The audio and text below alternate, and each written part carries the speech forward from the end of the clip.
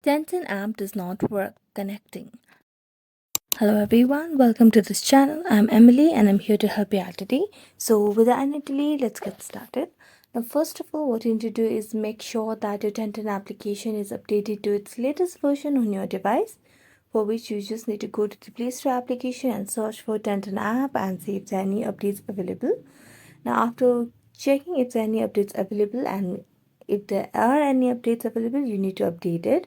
After that, what you need to do is just go to the settings of the device and then scroll down and then tap on apps, then select manage apps.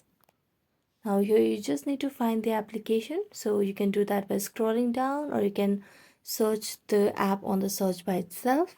I'm going to scroll down now and look for the Tenten app. Here it is. So just tap on it and you can see the option of clear data at the bottom right of the screen.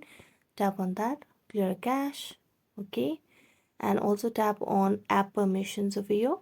Make sure that you have toggled in all the options that are available for the application that are required. So go back and also you can check on the internet connection that you have.